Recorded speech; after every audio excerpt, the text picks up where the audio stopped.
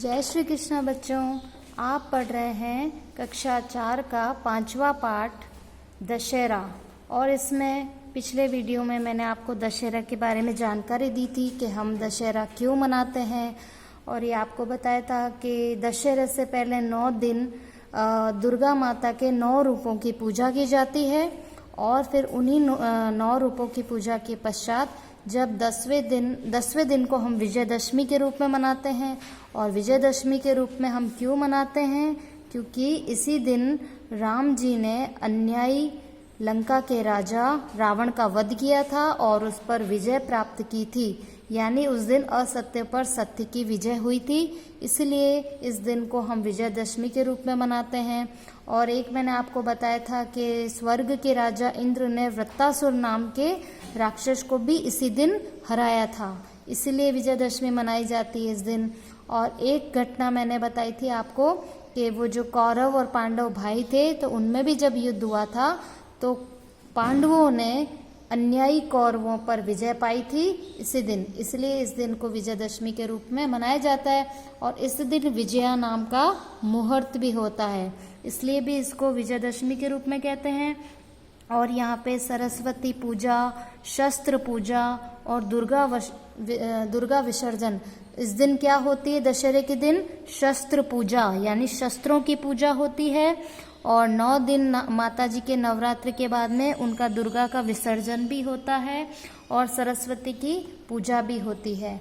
और नवरात्र पारायण तथा विजय प्रयाण इस पर्व के महान कर्म है। नवरात्र पारायण यानी 9 दिन जब पूजा की जाती है, उसके बाद उसका पारायण 10वें दिन पारायण किया जाता है। और तथा विजय प्रयाण इस पर्व के महान कर्म है। शास्त्रकारों के अनुसार इस दिन शमी वृक्ष यानी खेजड़ी का पूजन किया जाता है। शास्त्रों में ये मान्यता है कि इस दिन शमी वृक्ष यानी खेजड़ी का पेड़ तो आपके गांव में भी है और आप खेजड़ी नाम से उसे अच्छी तरह पहचानते हैं। तो ये जो खेजड़ी का पेड़ होता है, इसी का एक नाम होता है शमी वृक्ष। खेजड़ी का ही दूसरा नाम है शमी वृक्ष। तो शास्त्र के हिसाब से शमी वृक्ष की पूजन किया जाता है किस दिन? दशहरे के दिन। तो दशहरे के दिन शमी वृक्ष यानी खेजड़ी का पूजन किया जाता है। लोगों का विश्वास है कि शमी वृक्ष की पूजा से दृढ़ता और तेजस्विता प्राप्त होती है। लोग ऐसा मानते हैं कि शमी वृक्ष की पूजा करने से क्या प्राप्त होती है? दृढ़ता और तेजस्विता। हमारे अंदर क्या आएगी? किसी भी कार्य को करने के लिए, हमारे उस कार्य को करने के लिए जो विचार होते हैं उसमें क्या आएगी? दृढ़ता आएगी। और हम में क्या आएगी? हम तेजस्वान बनेंगे, हमारे में तेज प्रकट होगा। तो ऐसा लोगों का विश्वास है कि दशहरे के दिन शमी वृक्ष की पूजा से दृढ़ता और तेजस्विता प्राप्त होती है। इस दिन नीलकंठ पक्षी के दर्शन को भी शुभ माना जाता है। किस दिन? दशहरे के दिन। दशहरे के दिन नीलकंठ पक्षी होता है जिसका कंठ यानी गर्दन नीले कलर की होती है, नीले कलर की, इसलिए इस पक्षी के दर्शन को भी बहुत शुभ माना जाता है। तो नीलकंठ पक्षी का दर्शन कब शुभ माना जाता है? दशहरे के दिन। विजयादशमी के पर्व का सबसे बड़ा आकर्षण रामलीला है।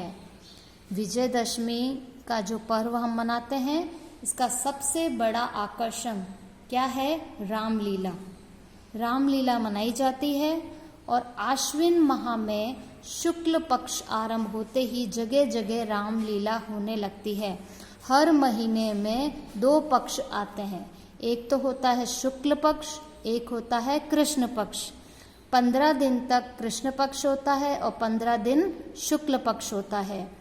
तो जब आश्विन का महीना आता है, माह यानी महीना, कौन सा महीना? आश्विन।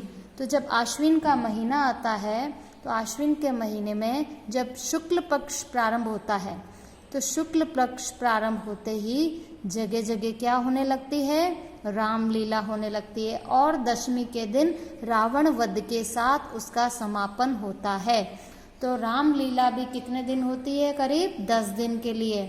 9 दिन में अलग अलग रामलीला के किरदार अपना नाटक करते हैं और उसके बाद में 10वें दिन, दशमी के दिन रावण का वध होता है और उसके साथ ही रामलीला का समापन होता है।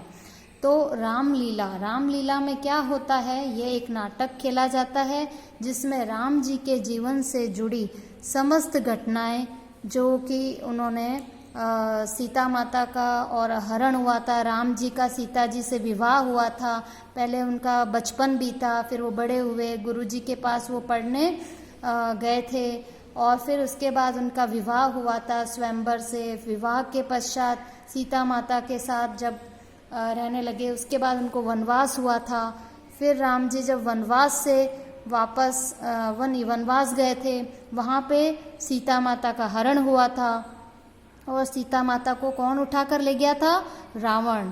सीता माता को रावण उठा कर ले गया था और फिर राम जी ने सीता माता को छुड़वाने के लिए 9 दिन तक समुद्र के किनारे वहाँ पे भगवती की आराधना की थी और भगवती ने प्रसन्न होकर उनको आशीर्वाद दिया था।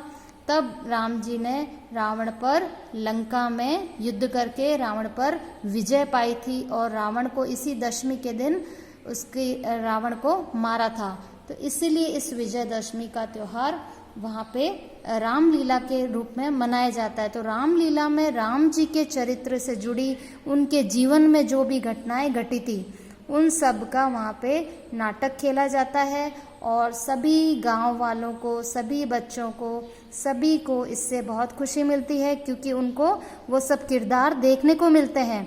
जब आप भी अगर कहीं नाटक देखने जाओगे तो आपको कितना अच्छा लगेगा कि हाँ, यहाँ पे तो हम देख पा रहे हैं, ये राम है, ये सीता है, लक्ष्मण है, ये रावण है।